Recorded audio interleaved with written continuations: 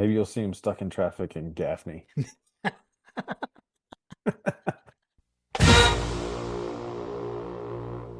Welcome to My God a Podcast. I'm Jim Wood. In this episode, John Powell and I preview Georgia's matchup with the Charlotte 49ers on Senior Day. We talk through what we're looking for in the game, and we answer questions from you, our listeners. As always, remember to check out the newly redesigned MyGottaPodcast.com to see our latest merch. And you can follow us on social media at MyGottaPodcast. Finally, if you need help with your website or your online presence, head over to workingwebmedia.com/dogs. Now, let's join the conversation in progress. Here we are, back again. We're back. We're back. Senior night. That is true. Or That is senior true. day, I guess I should say. Also true. Yeah, 12:45 kickoff, kind of an interesting time, I guess I'll say. It is suboptimal. It's not a standard. That's not a standard kickoff time. So I guess it's better than 12, which would be, as game times go, probably yeah, one of the worst times. gives So you a at little least bit extra. at least it's not 12. It gives you 45 minutes extra tailgating time. Yeah, yeah, yeah. Yeah. Charlotte, the 49ers, the Local boy. team down the road for me. Yeah. I will Are you say going to follow the bus down? that was a listener question. I can't answer that yet until we get to it. Oh, sorry. Um, Shows how much I paid attention to them. John, I have shared the document with you. I know. I don't read the listener questions usually. It's like Christmas morning. Every time we have an episode, I'm like, ooh. So good. I will say, yeah, like we go down close to there, like generally, like occasionally or whatever, and like it is like if you're in Charlotte and someone says like go over like by university, or we'll call it like the university area or whatever. So that's what they're talking about. That's over by hmm where Charlotte is. So yeah, be interesting one.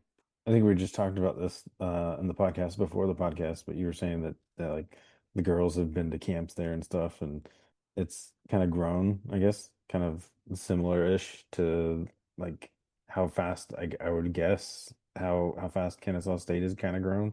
Yeah, Um, in yeah. in our neck of the woods, to where it's like it used to be just this commuter college, and now it's like a full-blown university with dorms and everything. Yeah, exactly. And it's also another thing, like for us, like the very most northern stop on the Charlotte light rail, which is our closest thing to like MARTA-ish kind of thing we've got here. The most northern stop is actually on the campus. Um, so that's the last stop. Interesting. Okay. Yeah, yeah. But yeah, they both used to do like I think Ella actually did like a theater camp there once, and then they'll do things through like like elementary school chorus or whatever, and you'll get like nominated and you can go do like a workshop thing there. So they've done some stuff like that. Um, so yeah, so we've been down there definitely for some performances down there in their performing arts center, which is nice. I went. I've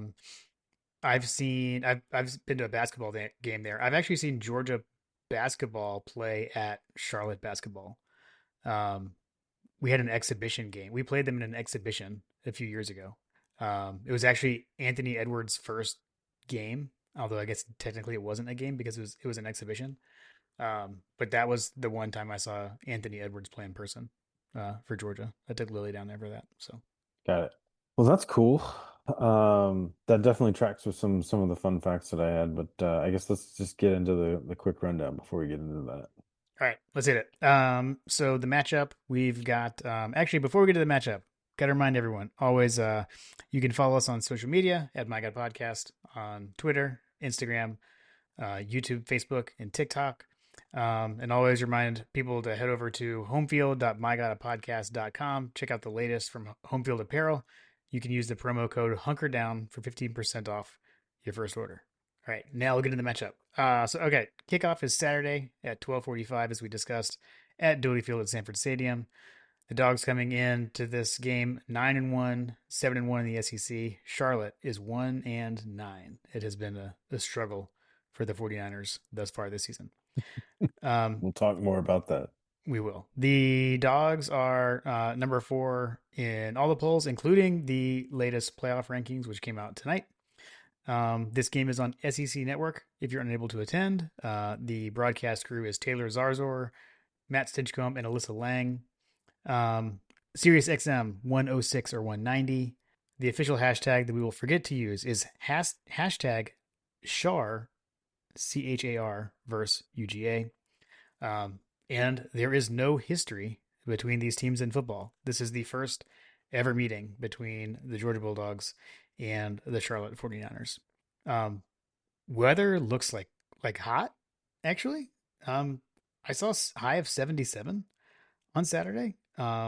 Brief shower in the morning potentially, but we're a few days out, so we'll see by then. But I was thinking, a week later into fall, maybe some more fall attire, but doesn't look like it as of now. So we'll see as we get closer. Interesting. Okay. Yeah. All right, JP, I believe you have some fun facts. I do have some fun facts. All right, so the big question, why are the 49ers? We'll answer that one later. I think that's a listener question. Spoiler, no, no spoilers for anyone on that one. I was kind of excited about that one because it's like, you know, I Why don't don't know. we? Why don't?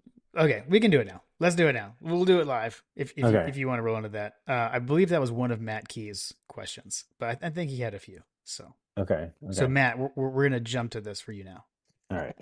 So the 49ers the nickname 49ers is tied to 1949. There was it was chosen in recognition to the 1949 pivotal year. The future of the institution was uncertain. Basically, like there was a near death kind of experience there for the university. Bonnie Cone is the person that is most associated with this, and her supporters did not convince the North Carolina legislature to make the school permanent, and the campus might not have become a full-fledged university without her and her supporters. So that was part of the origin of the 49ers. Did that match your research as well, Jim? It did. That did match my research. I think there was something about like had to do like uh the 49er spirit that Bonnie Cone embodied the university. Right, So, right, right. yeah. But Um, yes, so yeah, I did have that it was mainly her. yes, yes, yes. So I do have some other items to kind of talk through. So, their very first mascot was actually the Night Owls. Um, n- I guess that this was previously when the school was really early, it was called Charlotte Center, Hmm. the center of the UNC system. And classes were only held in the evenings, which is why the mascot was the Night Owls. Um, I guess that they changed it later on, obviously for the reasons that we were just talking about. Yeah. Let's see here. The original school colors were actually gray and maroon, and I have very little information on why those colors were gray and maroon. Okay. However, what I do have is that they actually switched their colors in the 60s. I think it was like 61 or something like that. Where they switched their colors to be blue and white. And then when they got folded into the university system in North Carolina, they decided and noticed that all of the other schools in the university system had white and UNC was also blue. And so in order to distinct them, like to make them distinct from all the other universities, they adopted the color green. Mm, okay. Um, and so that is why they are now like green and white. And then I guess they adopted gold like later on, but it was originally gray and maroon. Now it's green and white. And then they adopted gold not too long ago. But yeah, that's a bit of a story on their colorations there. Um, it was originally founded. It began in September 23rd, 1946. It was Charlotte Center, the University of North Carolina, and it was created exclusively to serve World War II servicemen that were seeking a higher education. So they're very much originated in serving the veterans of World War II. That's cool. Jim, you mentioned this as well. There's two locations. I guess there's a main campus and then there's an uptown campus. And Hmm. I think you mentioned uptown um, in our podcast before the podcast, and so I saw that connection. I was like, oh, Yeah, yeah, that's a whole thing. For some reason, we have an uptown, not a downtown. I'm not. I never. I've looked into it a little bit and still don't quite understand it, but we're just gonna roll with somebody really liked it. Billy Joel, I guess. I guess so. I guess so. Let's see here. So it does mention that they had a connection to the first gold rush, which I guess maybe further establishes the 49ers. I guess there was a nearby gold mine called the Reed Gold Mine. And that's part of the regional history of the area. Does that sound familiar, Jim? Heck Reed Gold yeah. Mine? Our Okay. kids around here go to a field trip there, just like we went to Dahlonega. So, Dahlonega? Okay. yes. So yes, I have been there. Like I was a chaperone for one of those. So So they go panning for fool's gold and at Reed Gold Mine. yes, exactly. It is just like when you go to Dahlonega, if you to do that stuff. So So funny, so funny. And we kind of alluded to this, but it was at one point the fastest growing school in the University of North Carolina system. That is beyond fact. yeah. Um, all right. So the other thing that I had was a couple of different ones. The last two items. So they have a gym that is actually underground. Hmm. Like the on-campus gym is actually underground. It's called the Belk Gymnasium, and it's called the Mine Shaft. Again, playing on the gold mines here in the 49er theme. Okay. I just Um, learned something. I did not know that. So you got me there. yeah, so it's underground or enclosed feeling. So they call it the Mine Shaft. Cool. All right, last one. This one's for Brett Belding. Marching band, a little bit of marching band facts. The marching band is called Pride of the Niner Nation, and it didn't actually exist for a very long time. Hmm.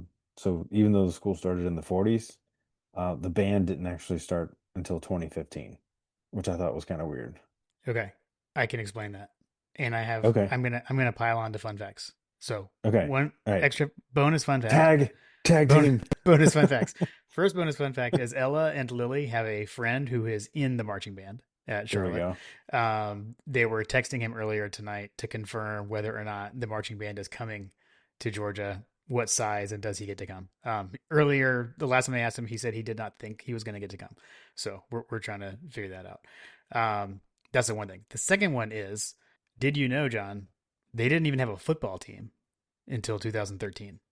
So I think Mm, that explains the 2015 band thing. So they decided to have a football team in like 2011. Football the team started playing in 2013, and their first ever head coach actually for Charlotte 49er football was Brad Lambert, um, and he has a Georgia tie. So he was an assistant for Jim Donnan at Marshall, and then came to Georgia with Coach Donnan. So he was at Georgia from like 1996 until 2000. A defensive coach back then. Then he went on to Wake Forest when Donnan got fired, and then was named the Charlotte head coach in 2011, and they started playing in 2013. got it. Um, Okay. the only other thing I was going to say is they used to be known as like you would hear like UNCC, UNC Charlotte, like that was the official name. Yeah, UNC And Charlotte is what I remember. yeah, and so they like rebranded at some point. They rebranded in 2000 because they felt like it was same thing. Like earlier, you were talking about like the changing the colors to distinguish from the other, like basically Chapel Hill.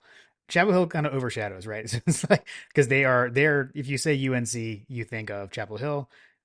Honestly, same thing as UGA, right? So there is a university system in North Carolina, just like in Georgia. So same kind of deal. So they were always getting confused in like bylines in sports media and stuff. It was never consistent, and so they're like, we're trying to establish an identity, and they changed to just simply Charlotte to distinguish themselves. So those are my bonus. That's all that I had. Got it. Got it. Speaking of all of that, I mentioned that the mascot was the Night Owls originally. I never mentioned like the current mascot. So Hmm. the current mascot is actually Norm the Niner. He's pretty cool looking. Yes, Norm the Niner is pretty cool looking. Yeah, I like But it. that's it. That's the fun facts. Okay. Cool. I like it. Um, we Oh, are actually, I do have other fun facts. I bonus totally fun fact. forgot. Bonus fun facts. Overtime. Famous alumni. Oh yes, that's right. We were talking about that. I forgot. We were Although talking I about don't this. know who you're gonna say, but you mentioned that you had some. Yes, I do have some famous alumni. A former American Idol singer, Clay Aiken, Okay. is I don't think I knew that. studied at UNC Charlotte. Seth Avett of the Avett Brothers also Hmm. also went to UNC Charlotte. They're from Concord, Um, by the way. oh yeah. The another one, this one's a shout out to Lamar, Pittsburgh Steeler, a former Pittsburgh Steeler, Alex Highsmith, Hmm. also UNC Charlotte. Let's see here. And then another couple of items. I don't think anybody's gonna know who this is, but I do think you might know this one. Professional wrestler Matt Hardy Hmm. from the Hardy Boys tag Okay. team. Okay. Since we just Okay. we just did a tag team thing. Shout out to the Matt Hardy of the Hardy Boys. Um, Another person that I think everybody will probably recognize, Dale Earnhardt Jr. He attended but did not graduate. Okay. Okay. Makes sense. Let's see here. I'm just looking through the other ones that I had here, and I think that those are the big ones. Um, those are the big ones. But yeah, that's that will wrap up the fun facts. So I went through the full repertoire since this is the first time we're playing these guys. Even though like I had a bit of um, what do you call it? The Mandela effect. Like I could have sworn that Hmm. we played these guys before. Yeah. More insight into the podcast before the podcast. You were like, how many times have we played these guys before? Like zero. Honestly, I felt like we had played them too. And the funny thing is too, again, I live here. They started playing football in 2013, and so I was looking into that, and I was like, they only started playing football in 2013. I was like, that can't be right. That can't be right. 3 years after we moved here, and they started looking into it in 11, which is also after we moved here. So pretty wild. Cool. I All feel right. like Yeah. KSU is kind of in that vein too. Like since we're making the connection there. Right. With also with Georgia connections, with if you recall, Vince Dooley like helped them kind of launch the Kennesaw State football program. So Yep. Yep.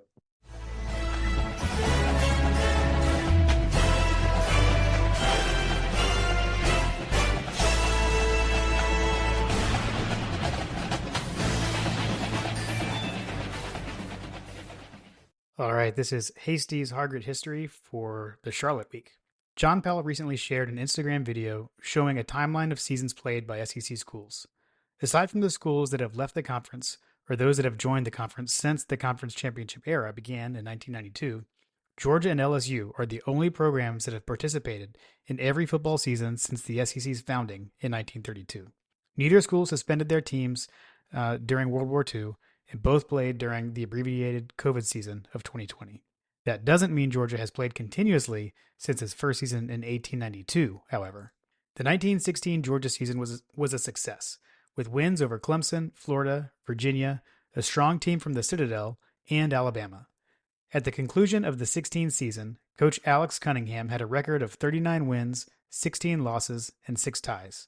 He'd completely turned around what had been a floundering program prior to his arrival in 1910. The 1917 season was expected to be another success. The schedule was set with games against regular opponents Tech, Florida, Auburn, and Alabama, as well as rivals North Carolina, Clemson, and Virginia. As an aside, this would be a really great schedule even today. The captain for 1977, WW or WG Garmany, had been elected and was ready to act as a coach on the field. World events, though, had other ideas. The United States had maintained its neutrality during the conflict that had broken out in Europe in August 1914, though that stance had been strained due to Germany's campaign of unrestricted submarine warfare. On April 6, 1917, the United States could no longer keep itself out of the conflict and entered the war on the side of the Allied powers. The effect on universities around the country was immediate, as men began to volunteer for the armed forces. Athletics contests faded in importance when shipping out to fight in the trenches of the Western Front became a reality. On October 11th, 1917, after little debate, the red and black carried the headline, "No Varsity 11 for Georgia this year." The football program was suspended for the duration of the war so that men could focus on military training. To quote the article, and so the edict has gone forth. There will be no Georgia football team this year. No brave bunch of red and black warriors fighting for their hearts out on the gridiron for their alma mater. No Bob McWhorters, no Dave Paddocks, or Tiny Hendersons to bring joy to a howling mob of Georgia rooters by a thrilling run or a beautiful tackle. From the 1916 team, 15 men and 2 coaches, Cunningham and assistant coach J.G. Henderson, volunteered for the service. The only athletes from the team who didn't volunteer had family obligations that prevented them from doing so. The war was not without cost. 5 men who had played on the 1916 team as either starters or backups died during the war. Tom Beasley, Elliot Braxton, Walter Levy, Macon C. Overton, and Edmund Rube Tate. Perhaps the most tragic death of university athlete was Joseph Brown Connolly, who had played on Pop Warner's undefeated 1896 team. In 1918, while serving in the U.S. Army in combat on the Western Front, Connolly was exposed to poison gas. He was invalided home, then finally died of the gas exposure in 1920 at Fort McPherson in Atlanta. He is buried in the Brown family plot at Atlanta's historic Oakland Cemetery. When play resumed in 1919, the university was changed. What had been a sleepy all-male college was now coeducational, with the first woman joining the student body in 1918. The university had also begun to grow. In 1916, there were only 700 students enrolled. In 1919, there were over 1,100. Also, in a topic sure to be covered in another point, Georgia's suspension of his athletics programs caused enough tension with the arch-rival Georgia Tech that there were no games between the two schools from the time that Georgia resumed athletic activities in 1919 until 1925. There was no one alive who remembers the First World War, and fewer were alive to remember the Second. We should always remember those men who competed for our university, then went on to far more dangerous fields of competition. Thanks, Jason. That was fantastic. Just a reminder for everyone, you can always head over to the Hargret Library and see Jason. He gives free tours of his fall exhibit every Friday afternoon. All right, let's hit the news and notes. We'll talk just a little bit of an injury rundown. So, and I think we generally mention this in the review, but in case you didn't tune in for that, Kirby on CJ Allen said that he's week to week. He said he'll be week to week, and we will see when we can get him back. So I don't know. It didn't seem good right after the game. So that's much better. I would expect him not to be there this week, and then we'll see kind of from there on. Chauncey, Kirby said that his status is day to day. And well, he did get the hopeful. So Kirby said it'll be day to day, and hopefully we'll get him back.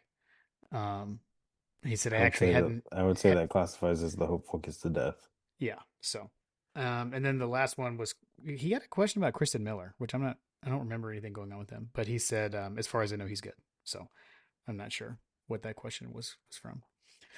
And I know, didn't he get a knock at one point in the game? He may have. I don't remember. Again, I need to. I don't know if I mentioned this or not. I know I mentioned it to Kim. I feel like I'm starting to consider like bringing back the in-stadium headphones so I can hear. You did mention that. Okay. So we'll see. Let's see. Charlotte is coached by Tim Albin. That's their head coach. I don't have any notes from his press conference or anything. Didn't look, to be honest. So, all right. I think we're gonna run through the game pretty quick. The matchup type stuff, or etc. fairly quickly. It's been a struggle for these guys this year. Let's see here. Okay, so talking about some kind of macro stuff. Georgia's net yards per play is up to 1.06. Charlotte's is negative 1.66. They are also -8 in the turnover margin, so not great. They rank dead last in total yards given up in the FBS as well. I mean, most of their stat categories FBS ranks are over 100. Um, in fact, most of them are over 120. So they're really struggling on defense. The only thing is that they are good in like explosiveness, so like not giving up hugely explosive plays. So that tells me that teams can just march down the field on them. They don't need big plays to put up a lot of points on them. But some notable defenders for them. Their leading tackler is Reed Wilford. He's a senior linebacker. 60 total tackles, 4 sacks in the season.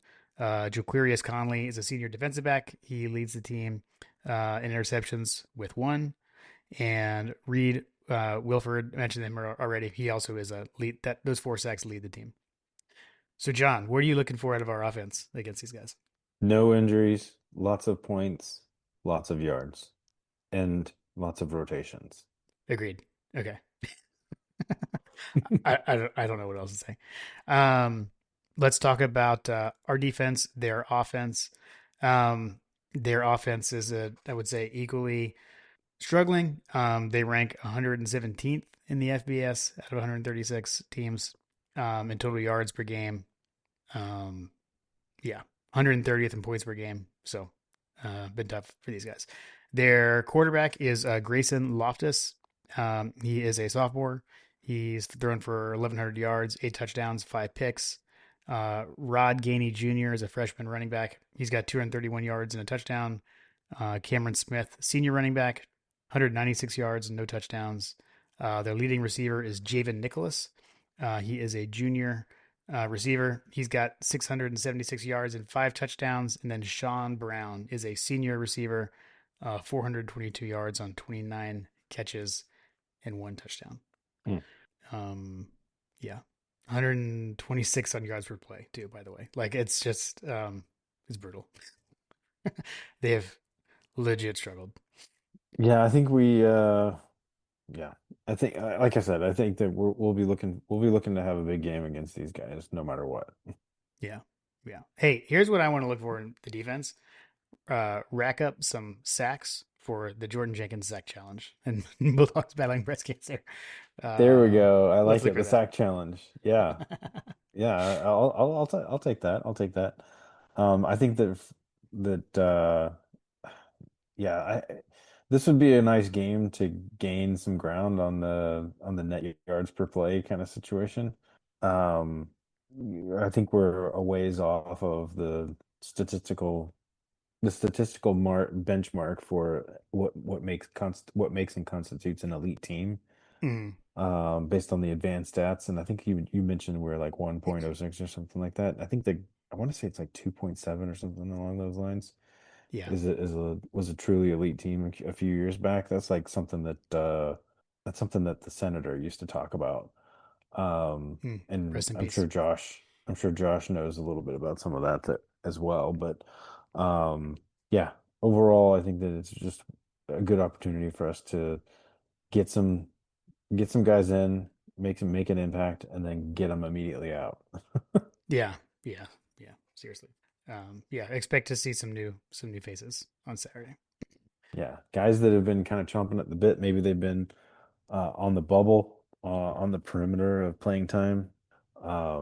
Maybe even seen them in some of the highlights and said, "Wow, you're like that. Where's that guy been?" You know, kind of thing. Hmm. This would be a nice game for them to have a coming out party. Yeah, agreed. Okay. We'll do a quick special teams. Their place kicker is Liam Boyd. He's a junior, 8 of 10 on field goals and 15 of 15 on extra points. Um, sorry to report they do not take special teams seriously. Their punter is a junior, Bronson Long. He averages 42.64 yards a punt. He's from, I believe, Nebraska. Hmm. So it's a long way from Australia. It started out so strong with a name like Liam. I know. I know. I will say, I mean, I don't know. Hopefully, we're not. I guess I just hope Brett Thorson gets to rest this week, and he doesn't have to punt. Yeah, seriously. Um, and if he does, hopefully he is rested. I don't know. He seemed off in the I last re- little bit here. I realized after I published the episode, I realized we didn't talk about the fact. I mean, not to nitpick on things from the Texas game, but he was a little off. Brett was a little off against Texas, so I'm sure he'll bounce back. Suboptimal. Yeah, yeah. All right, that's what we've got for Charlotte. Um, yeah, score a lot of points, don't give up a lot, protect the football, get What's the youngsters in there. what's the spread on this one? Oh, it is like it's like 40 something, 43 and a 40? half, Oh gosh. 43 and a half. That does not spark joy. Yeah. It does for us. It does for us. Yeah. All right. You want to hit the listener questions, John? Let's do it. Although I do want to revisit something real quick because Sure.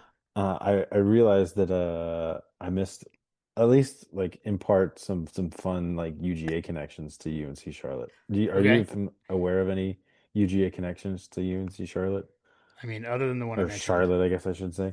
other than Brad Lambert, like no. Okay. This is actually going to be kind of interesting. So UGA has a former quarterback connection Oh, to okay. Charlotte.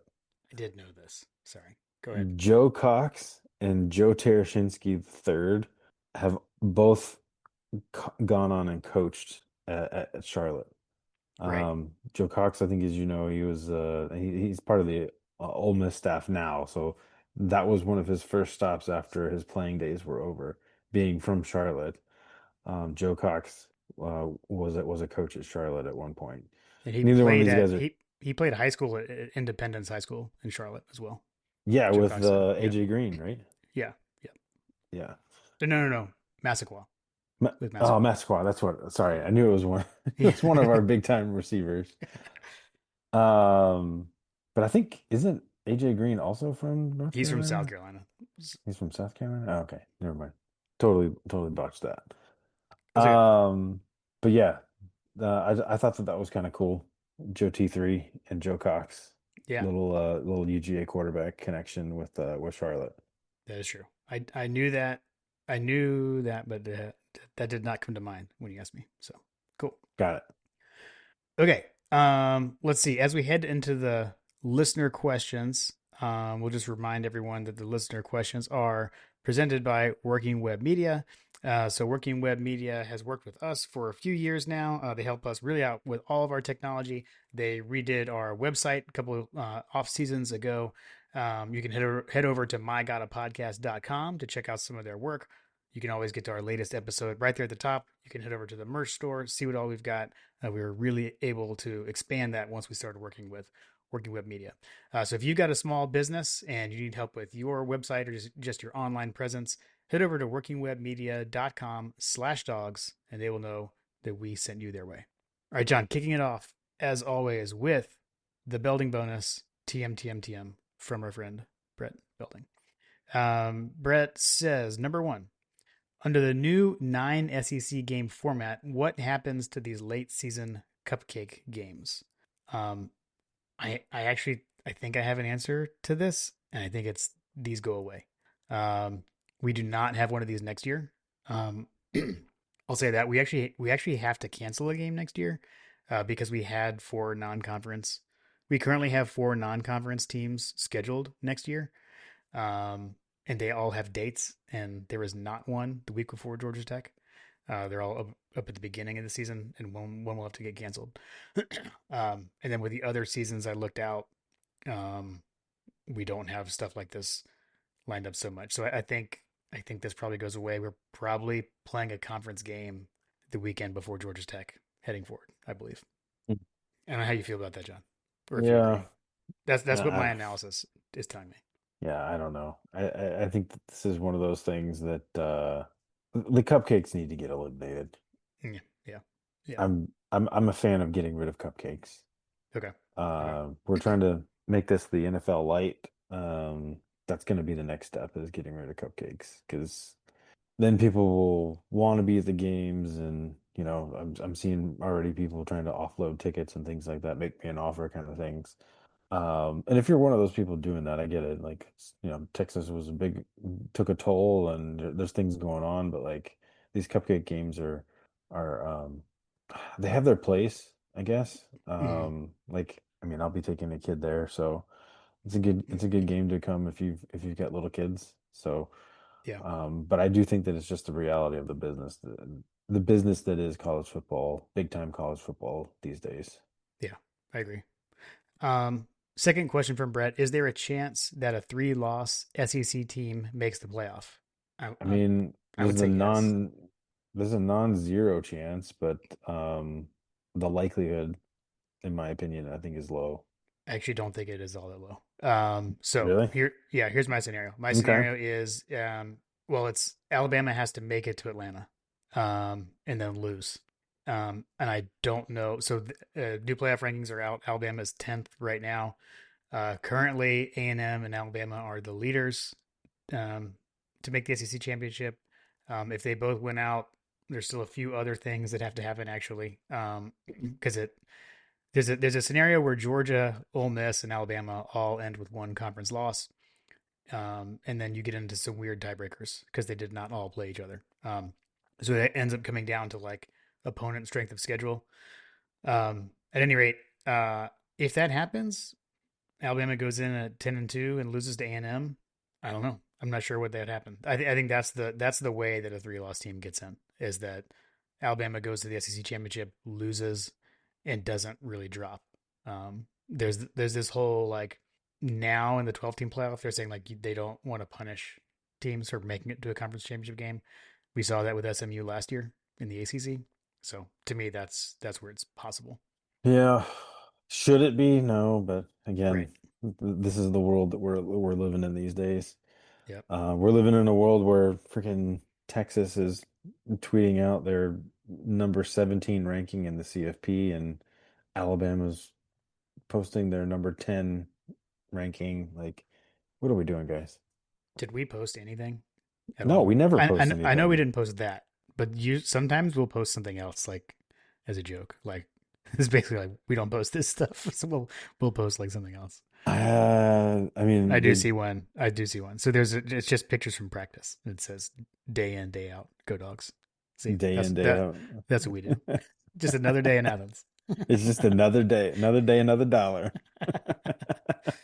uh, cool. Okay. Let's head to 51-7 GATA. He says, as we get closer to the playoffs, should the group of five have their own playoff?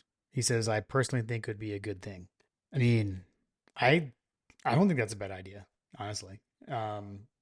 I think part of the issue we're in right now is there's too many teams in FBS, honestly, personally. I mean, we got teams that just decided to play football a few years ago, Yeah, joining into the fray. right. I agree. We need to contract. I think that if anybody had any gumption, they would break apart from the NCAA and start their own thing. Big Ten and SEC should just start their own thing and let everybody else kind of fight it. Maybe pluck a couple teams from the ACC and just do a super conference. We were texting about that with Josh, just make it a Champions League situation. Um, I'm just kidding. I mean, I like your idea, which I guess is this where we talk about this now? Um, Sure. I like your idea of having it smaller conferences, more regional, and then having the champions of said conferences actually play a Champions League format. But I worry about what that does to the SEC. Um, like, do we go back to the old SEC? Is that That's what I was in saying. your vision? Well, yeah. I mean, I don't even know that that's like my preferred model, but in that, what I was talking about, you're like, yes, like you can't do that with these huge super conferences. Um, yeah, I'd rather go back to, I thought 12 teams, I thought 12 team conferences were the right size. And like when we had the Power Five instead of the Power Four, um, I liked it. I liked it that way. Hmm, got it. I mean, Yeah, you do that, right? You could have done an 8 team playoff or something like that, right? You could have done the 5 conference champions of the Power Five and then 3 at large, something like that. Like I think that would be better than what we have personally, because I think right now you run into these crazy scenarios like where, like I said, we're there's 2 weeks left in the season, so I'm not saying this is going to happen definitively, but you could end up with Georgia, Ole Miss, and Alabama all 8-1, And the only teams out of that, and Georgia played two of those teams. The other guys didn't play each other. It's like there's no way to solve it. And that I'm not saying that stuff like that never happened in a in the 6 team division of a 12 team conference, but that's more few and far between. Nowadays, it's so hard to evaluate this stuff. You got Ohio State and Indiana haven't played each other. I guess they will in the championship game, but it's so hard to judge all this stuff because all these teams they're not playing each other. I mean, look at the ACC. All the teams at the top are not playing each other. It's weird. They'll never do it, but I think part of the problem is preseason rankings. Yeah, yeah, yeah. That's especially now that there's only one poll that matters. Hmm. But as John texted us, it looks like they kind of read the AP poll. Right. um, I'll say this too. Somebody else posted this. So on top of the Group of Five playoff, and maybe this is kind of it, but I think they were joking, but it might actually be kind of cool. It was like, what if we had like an NIT bracket for football, and you take those teams that don't make the CFP and put them in a tournament and do that instead of all the bowl games, something like that. I mean, I don't think I would be opposed to that. That could be fun too. So, Right. all right, let's. Um, and yeah, if there was some way to make it matter, because I just feel like that. Hmm. I mean, I proposed this. If Texas A&M really wanted to like sandbag or whatever, like they could, like basically just take another bye week this week because they're going to be in the SEC championship no matter what, right? No, they are not. If A&M loses to Texas, Well, we if we sorry, if Alabama had won, if they didn't lose, sure, yeah, yeah, yeah. Everything is. I mean, yeah. These games in the SEC do matter as far as the SEC championship goes. I'll say too. I mean, here's how crazy this stuff is. There is a world where Georgia wins out, um, doesn't go to the SEC championship, yet gets a top 4 seed in the playoff, and gets a bye. And so then it's basically like, I mean, it's like a double bye, ish. So you're everyone has been talking about, you want to be third in the SEC, you skip the SEC you championship, want and to the be home. third in the SEC but not be number four. Right. It's like, yeah, third in the SEC, skip the SEC championship to get a home game. It's like, well, can I interest you in third in the SEC, skip the SEC championship, and don't even play until like New Year's Day? What is going on? Because that's on the table for Georgia right now. Obviously, we have to win out for that to happen, but it's possible. Hmm. Yeah, it's pretty crazy. So I think that would I basically hate be everything. A&M and Bama make it to the SEC championship. A&M beats Alabama. Georgia stays at number 4. Assuming Georgia beats Charlotte and Georgia Tech. That's that scenario, which is wild. That's wild. Then didn't isn't there a scenario that I think I saw somebody, was it John that posted that Ole Miss and Georgia could end up playing in the SEC championship? That is possible. I think if I think that's like Bama loses to Auburn and A&M loses to Texas, and there could be other tweaks to it, but yeah, How how ridiculous would that be? yeah, Like just that would absolute chaos at the end of the season here. yeah, wild. But All right. to quote our coach, like we're gonna play to win no matter what game we're in. Yeah, yeah, yeah. All right, let's head to John Michael D. He has a little stitches update for us. On the evening of last week, he said late games and young kids' bedtime are tough at our house. It's a tough battle. Was late to the game. Game time, a tire change. So I waited until the 14-3 stall cut, the stall out before changing after house start. Any goals besides healthy this week? Um, Not really. I mean, win obviously. Yeah, I think we hit that earlier pretty much. Yeah, stay healthy, play the young pups. I guess that's it. Yeah, win the game, play the Young Bucks. That's it. That's the goal. And stay Okay, healthy. so this next one, John, I did some prep on this one, and just in case. Okay. But I know you're going to be coming in. You're going to be coming in cold on this, as was previously discussed. So this one comes in for my old friend Matt Moore at Matt Moore ATL on Twitter. He says the Charlotte 49ers have an underrated logo, in my opinion, with the pickaxe hidden in the sea. What are some other underrated and creative logos in sports and business? Um, Hmm. so I I'm guess I should have going. looked at this one. I'm going to change. I'm going to do a little screen share here so I can, if you're on YouTube, in case you're not familiar with the Charlotte logo, you can see it. I So never actually noticed that. yeah, yeah, so that's pretty cool, right? So it's a C. There's a pickaxe in the middle of the C, so kind of a little hidden thing. Um, Okay. I've got a rundown of a few things that I'm aware of. So I don't know that this is totally it, Matt, but hopefully this is do some sort of justice. So just in the business world, have you ever noticed the Baskin Robbins logo, John? What's in there? 31 flavors, right? That's right. So there's a three and a one within the B and the R for their 31 Okay. flavors. So that's one. Oh, I got Um, one. I got one. okay. The Wendy's logo, Mm. and it says "Mom" underneath her head. That's right. That's right. Okay. Cool. That's a good one. Um, I've got the Amazon logo up. Okay. A The to little Z. A to Z. Yeah, the little arrow. They sell everything from A to Z. Um, then FedEx. Have you seen this one?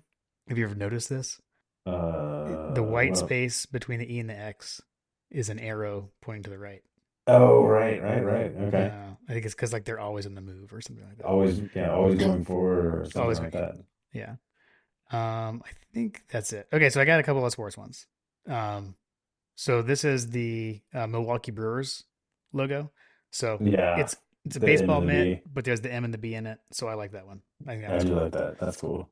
That's cool. Um, and then I've got so this one. I don't know, I mean, I don't know how much people notice this. So the for the Chicago Bulls, like the Bulls horns, there's red on the tips, as if it just gored somebody or something. So that's blood on the tip of the horns of the Chicago Bull. I thought that was Hmm. kind of cool.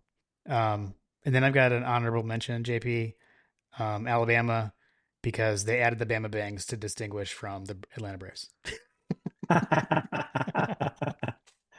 That's funny. That's uh, funny. that's all Um, that I've got. I'm gonna throw out another one, Okay. just to piss off Josh and everyone else. Um, the Manchester United's logo, Okay. super cool. Um, I actually recently just found this out. So if you look at Manchester United's logo, maybe you can just do a quick Google and see it yourself. But um, yeah, it's got the arch that says Manchester and United, but really it's the coat of arms in the middle that is the the big middle finger to Liverpool. Hmm. Um, so we're the Red Devils, right? And so that's part of the current logo, but there always wasn't the logo previously. But what has always been omnipresent is there's a boat. It's a large vessel, a shipping vessel, basically.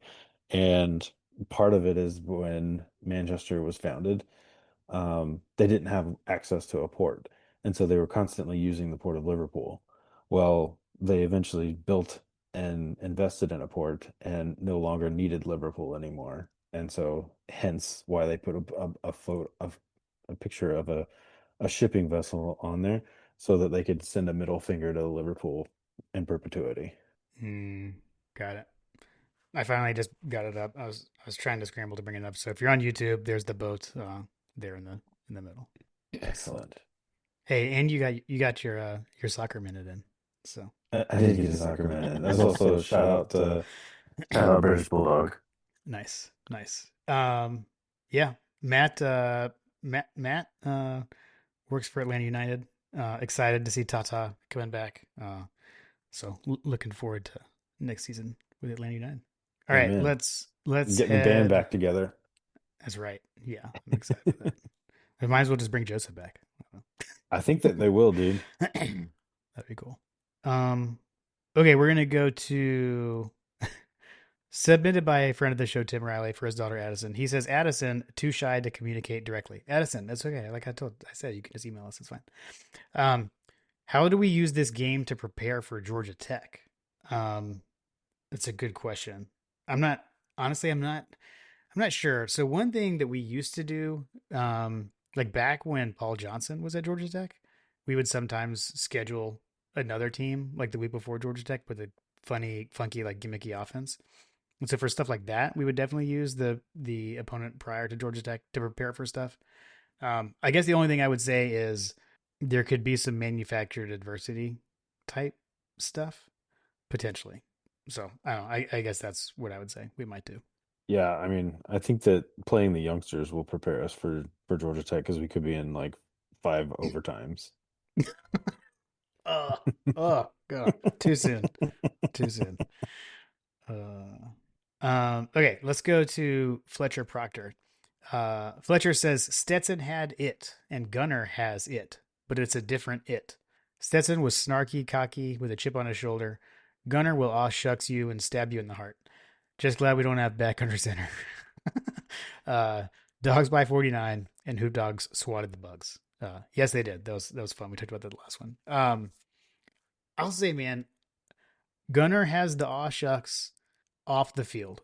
On the field, I don't think he does. I mean, I've said, like you can see him like staring guys down after he scores. Um, remember last week we talked about Brooks Austin had showed like how Gunner was running down the field to celebrate after a touchdown at Mississippi State. Hmm. He like went to the wide angle. Okay, so Hmm. he did that again this week, and this week um, it was the touchdown pass to Lucky, I believe.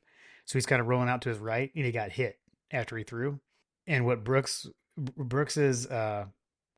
his like theory on this is that Gunner basically like stood up and kind of like looked at him and flexed at him, the guy that hit him, like after the touchdown was scored. So Amazing. yeah, so I think Stetson was had that kind of a bit of a cockiness, brashness always, right? Um, Gunner definitely kind of like seems to flip a switch or something.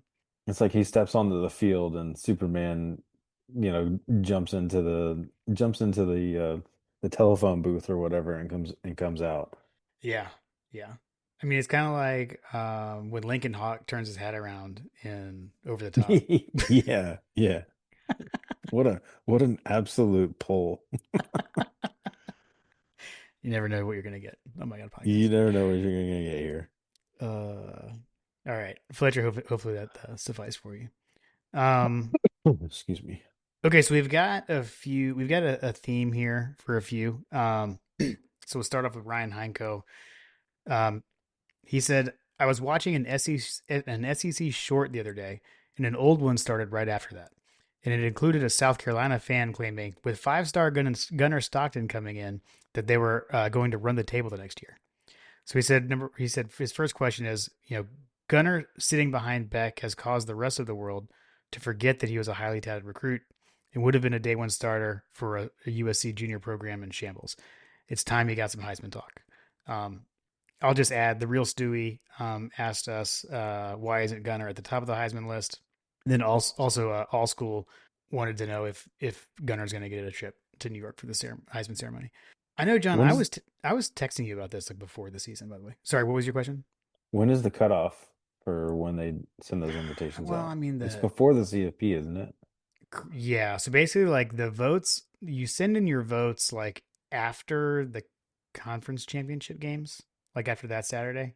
Okay. The weird thing about the Heisman is that the voting actually opens earlier. So there are people who have Heisman votes who send their votes in before the season even ends, which I think they shouldn't allow that, but Yeah, whatever. seriously.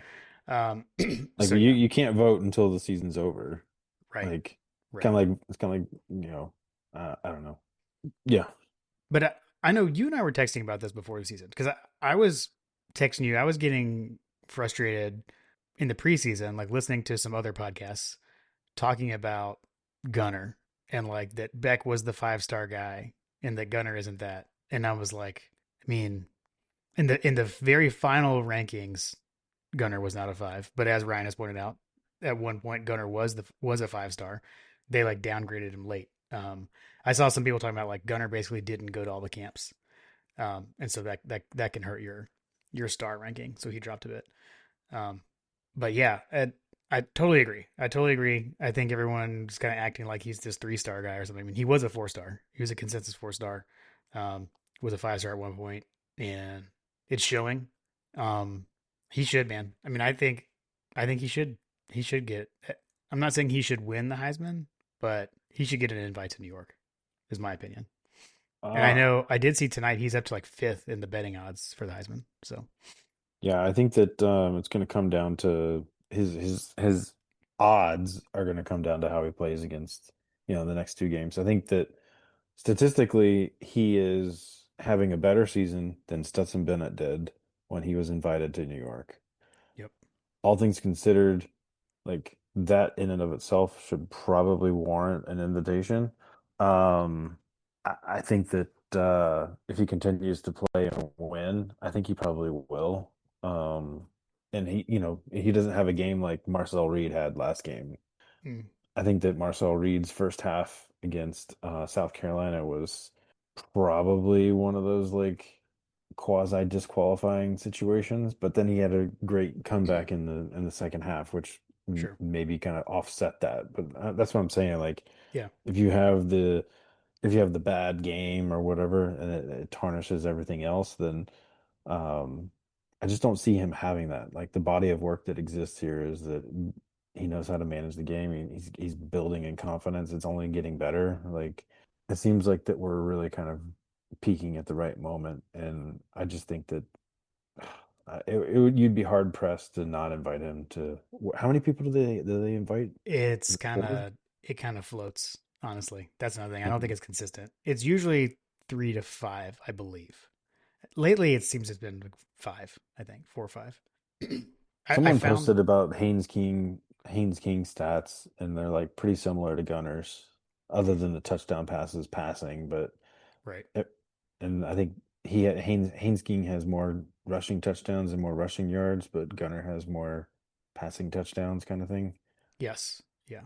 Um, I found those numbers that we were talking about, the Stetson comparison, and it was posted by Dog Nation. mhm, So this was when it says when Stetson Bennett was a Heisman Trophy finalist, he had 27 touchdowns in 13 games for Georgia.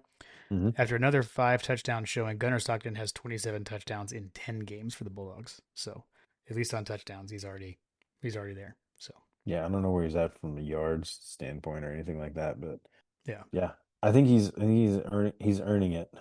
Um, Conversely, you got guys like Ty Simpson who I thought were like guaranteed to be, and he may still be, but he had a bad game as he gets he close to crunch time. yeah, I don't know how much to make of the Vegas kind of like futures odds on stuff like this, but Ty Simpson's way down there now, and for what's worth, Gunner is also has better odds than Haynes King right now.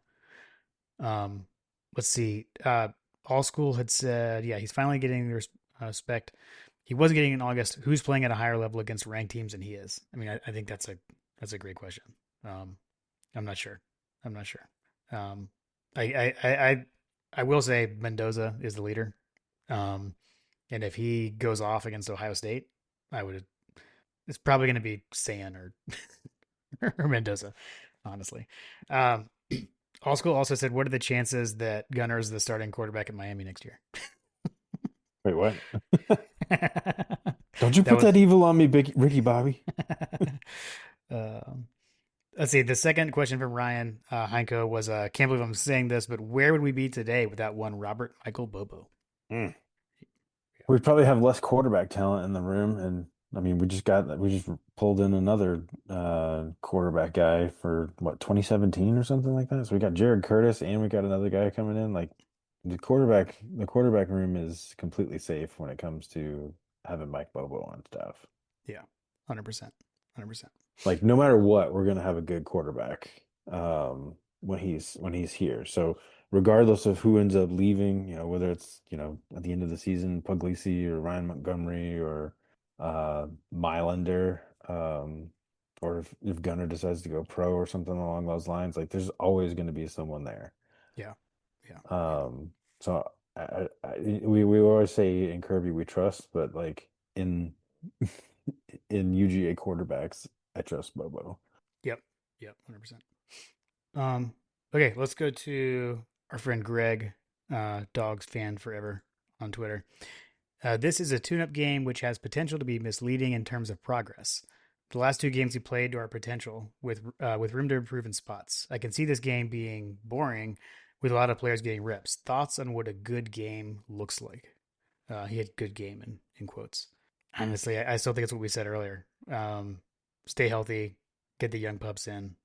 I mean, I think that's it. The only thing I would question here is like with Gunner and his stats and the Heisman, does Kirby let Gunner stay in a little longer to pad some stats for that kind of stuff? No. Yeah, I agree. I'm with you. Yeah, That's no, that. he ain't win the game, survive in advance. Like that's all Kirby cares about. Yeah, I agree. I agree. Um, I give wish he me. didn't sometimes, but then you get situations like where we're going for it and at halftime and your quarterback gets knocked out. Like you're trying to pad stats and your quarterback gets knocked out. Like Yeah, the risk reward there. And I mean to be fair, like the Heisman Trophy has got to figure out something because it used to mean something. I feel like it doesn't mean anything anymore. yeah, yeah. Like it literally doesn't matter at all. At Well, all. and it's also just become like the quarterback award too. Right. You Like know? they have a quarterback award. Isn't that the Davy O'Brien Award or something like that? Yeah, yeah, yeah. I just I mean make it actually matter as and then I'll care. uh, let's see. Let's go to Gimme Grits. Gimme Grits says, "Who are the reserves that will likely play that we need to become familiar with?" I don't know about likely, but I wouldn't mind seeing Millender. You mentioned him earlier. Um, Nah, I'd rather see Puglisi ball out. I want to yeah, see but what that kid's got. I agree, but I'm not saying he's going to get like an entire half of football. But Hmm. um, He could, you never know. foreshadowing, there is an over under related to this. So Okay, start okay. thinking about that, John. Dang it. Dang it. um, probably already familiar, but I would say Bo Walker. Um, Yeah, Bo Walker, yeah. I would expect him to get in. I don't know. Like you said, you have some more of those guys that we've already seen that you're kind of like, hey, how do we see more of them? Riddell, people probably know him, but that's another one as well. Yeah, Riddell. I'm just looking through the depth chart here to see if anybody sticks out. Um, I think I think we did see some of him. Wasn't um I don't know Who? if Who? uh, Xavier McLeod. Oh yeah, yeah, he plays. I mean, does he play it enough? Like I feel like we haven't really seen a whole lot, but Dude, he plays a ton. okay. He was starting earlier in the year. I'm not sure if he is right now, but I know he was earlier. That's what I'm saying. Like I'm just trying to go through and like look at some of these names and align them with what can recall happening. Um, yeah, I don't know. We have played so many people, so I feel like everybody is kind of a known quantity right now. Like that's who do we have on the roster that's not? that's kind of how I was feeling. I mean we got pretty deep into the bench against Mississippi State.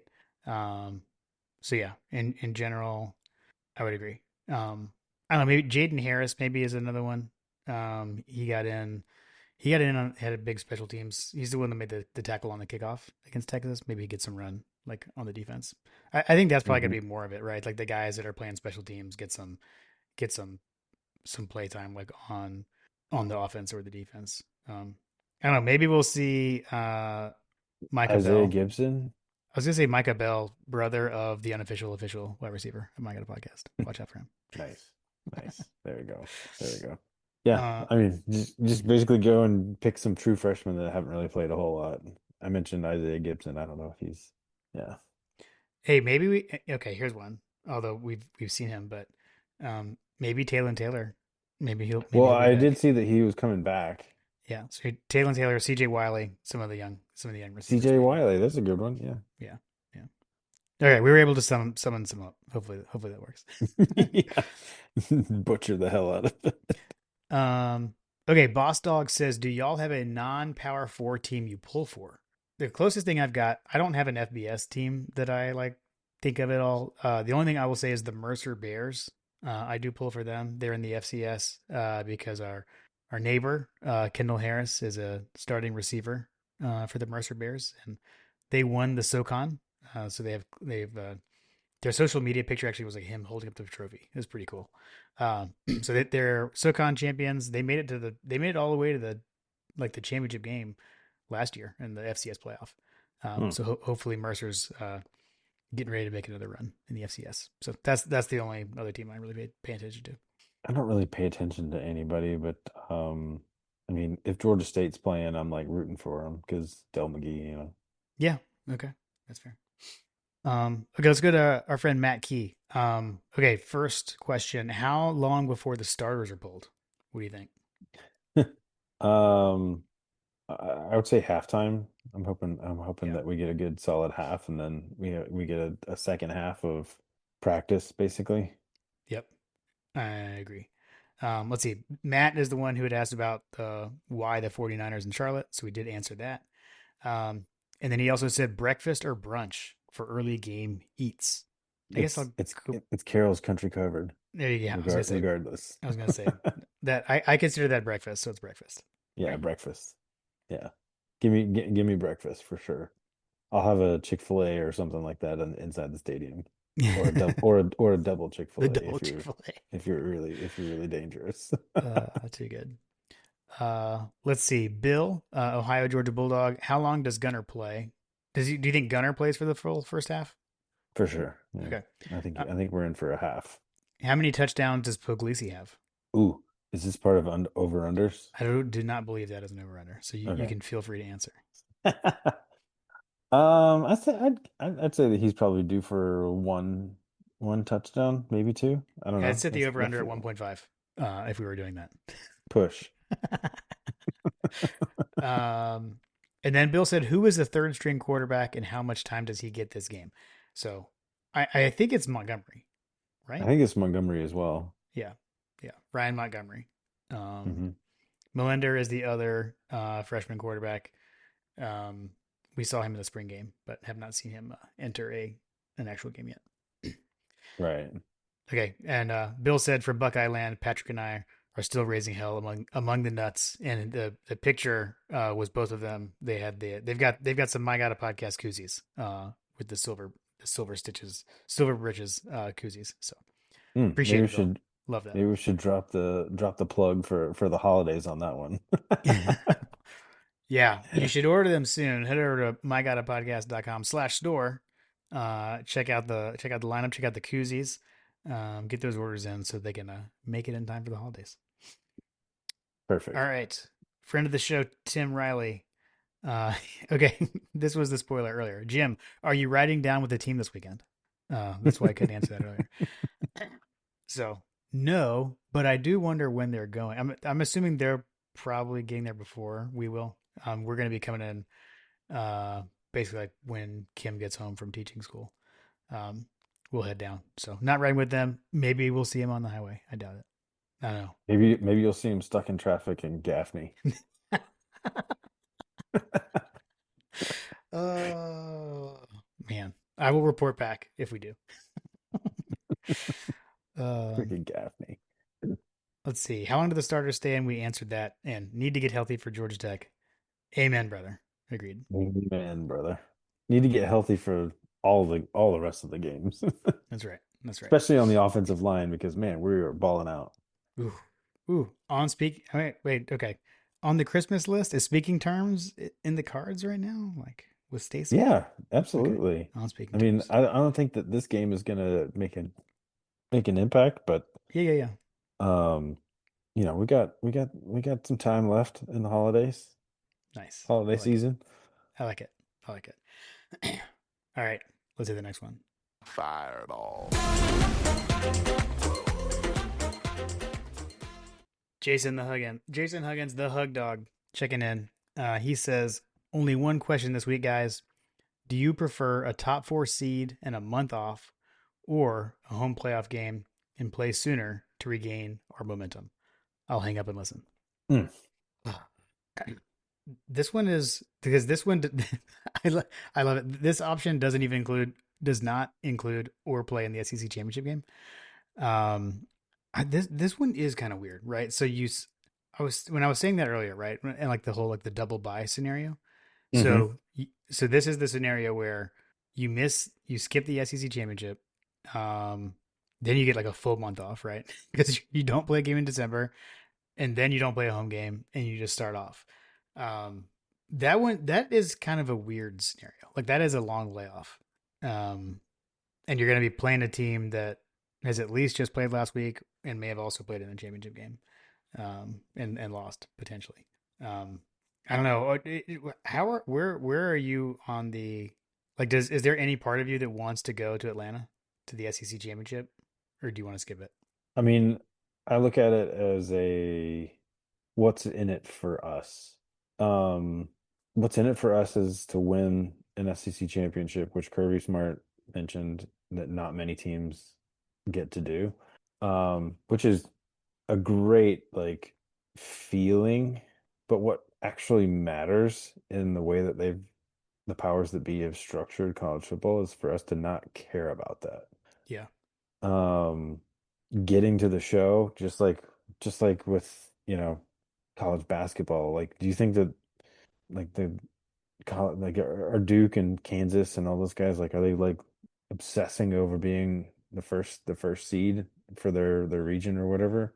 I don't know enough about it to say like that's something that happens. Maybe you can shed some light on that. I think that for the most part, from what I've gathered, outside looking in, as a fairly neutral basketball fan, but um, just getting to the show is what they want, right? Yeah, I would say the only thing I would add to that is that in college basketball, like you don't have to win your conference tournament to get a one seed either, necessarily, right? Like, and that's kind of, I think, to your point, right? Is that that's where football is headed and is already going. Um, the only thing I'll say, and I'm trying to remember, someone someone said this on a podcast that I listened to. Um, I think it was maybe Josh and Chad. I could be wrong. Shout out 20 minute ish podcast. Um, or maybe it was Nathan. Shout out Bill Curve. It was one of those.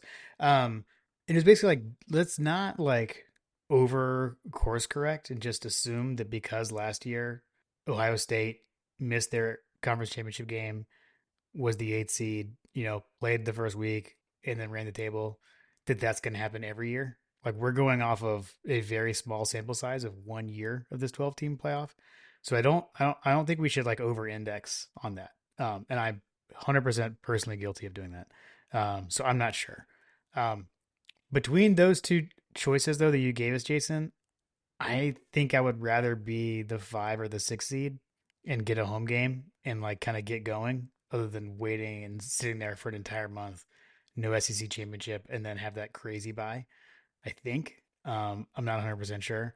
I also it's really hard for me to say though. I know this isn't what Jason asked, but it's hard for me to be in this mindset of I want to miss the SEC championship game. That is so weird.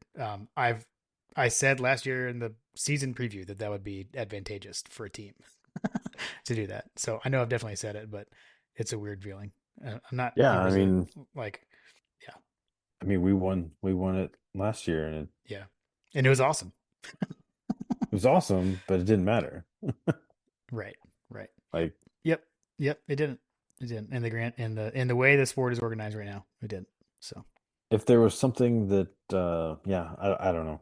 I guess put me down for more home games. I'll take playing games on college campuses. yeah, yeah, Shout out dog stats. yeah. Cool. All right, we got one more.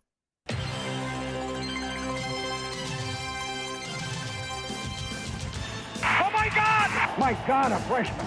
Trying to put glasses on it. 1980 rule, brother. It is time for Coaches Over Unders Charlotte edition. Let's see. I have the slight lead in the over unders, so I will. I'm going to take the ball. So I'm going to go. I'm going to go ahead and go. First over under is quarterbacks that play over under at 2.5. So do we get beyond Puglisi? And that is a lot of quarterbacks to play. I am going to say under. Bonder as well. Okay. Over to you. Over under 8.5 players with a reception for Georgia. I'll go over, Jim. Okay. I actually agree. Also over. And then over under 2.5 rushing touchdowns. I am going to say over. I'm also going to go with over on that one. I think we Okay. get some garbage time touchdowns. I like it. I like it. Okay. Over to you as we head over to the defense. Over under 2.5 sacks for the Georgia defense. I'm going to go over. Okay. I agree. Rack it up for that sack challenge. And then over under 6.5 tackles for loss. Oh, I'm not sure. If we're gonna get, it's like how many sacks are we going to get? Hmm. I'm gonna say under, I guess. Mm. I'm gonna go over make There we go. just to Okay. make him do some work. And then over under first half points allowed by the Georgia defense at 6.5. Oh, allowed? Well, that's a good point. That's how I read it.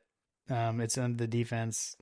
Basically, so do we give them up a touchdown? Or are you thinking it would be quite a flex question if in the first half over under does the Georgia defense score 6.5 points? Is this to me? Yeah, yeah. Um, um, I'll go. I'll go under. Okay, I'll go under. I am too. I agree. Um, okay, and then on special teams, um, over under point 0.5 special teams touchdowns. I'm gonna say over. Ooh, I'm gonna go under. Okay. Okay. All right. Then he just had a question. Another not an over under. But do you have a favorite senior day memory? As it is Mm, senior day on Saturday. I have one. okay.